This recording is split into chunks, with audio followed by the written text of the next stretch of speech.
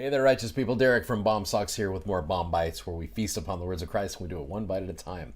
So, day number 3 on the T's for Latter-day Saints is temptation. Okay, so in order to understand this a little bit, you got to look at the section heading of section 61. Okay, it says revelation given through Joseph Smith the prophet on the bank of the Missouri River, McElwain's Bend, August 12th of 1831. On their return trip to Kirtland, the prophet and 10 elders had traveled down the Missouri River in canoes.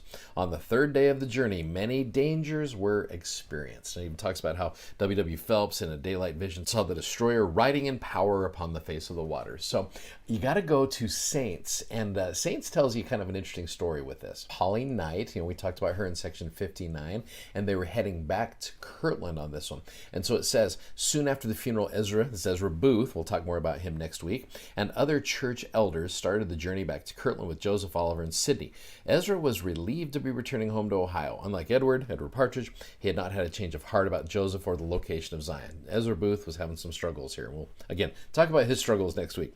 The men launched canoes into the wide Missouri River just north of Independence and paddled downstream. At the end of the first day of travel, they were in good spirits, enjoyed a dinner of wild turkey along the riverbank.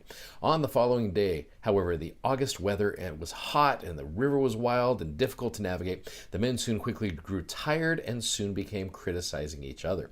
As the Lord liveth, Oliver finally shouted at the men, if you do not behave better, some accident will befall you. Ooh, those are harsh words.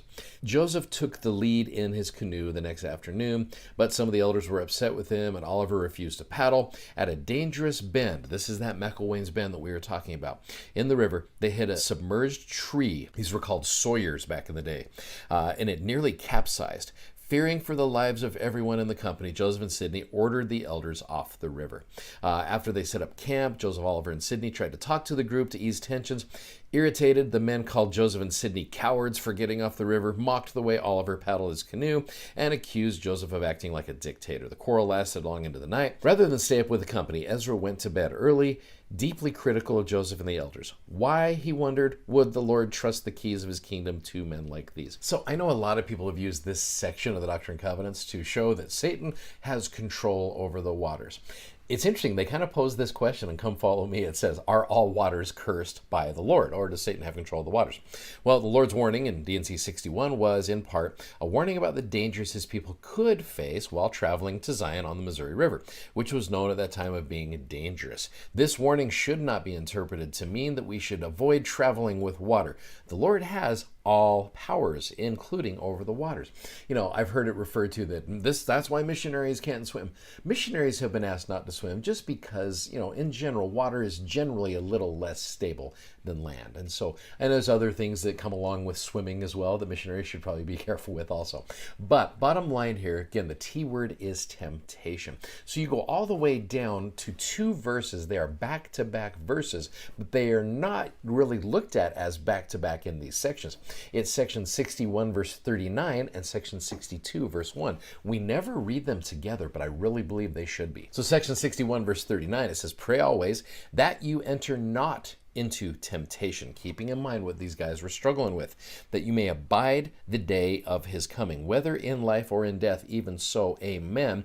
You go to section 62 verse 1, read it as if it were an extension of that verse. Behold and hearken, O ye elders of my church, saith the Lord your God, even Jesus Christ, your advocate, who knoweth the weakness of man, and how to succor them who are tempted. I've always believed those verses kind of belong together. The Lord's like, pray always lest ye enter into temptation, but if you do, I know how to help you through this. So as I was thinking about this, comparatively speaking, what is more exciting, water or land? Well, water is exciting, it's adventurous, it's unpredictable, while land is dull, straight, and generally more predictable than water.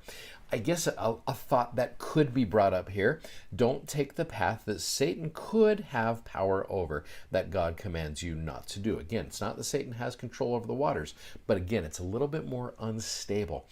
So with regards to temptation, sometimes those temptations to do those things, which cause some of these men some problems. When W. Phelps saw the destroyer on the water, maybe it was the contention that these men were fostering that caused Satan to be there, not necessarily the water. There's a lot of different thoughts here.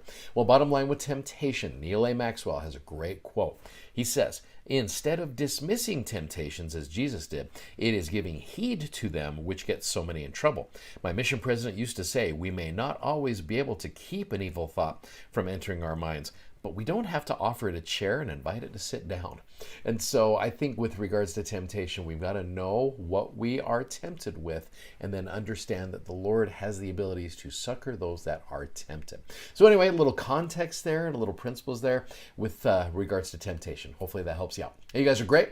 Godspeed. See you tomorrow with T number 4. See ya. Bye-bye.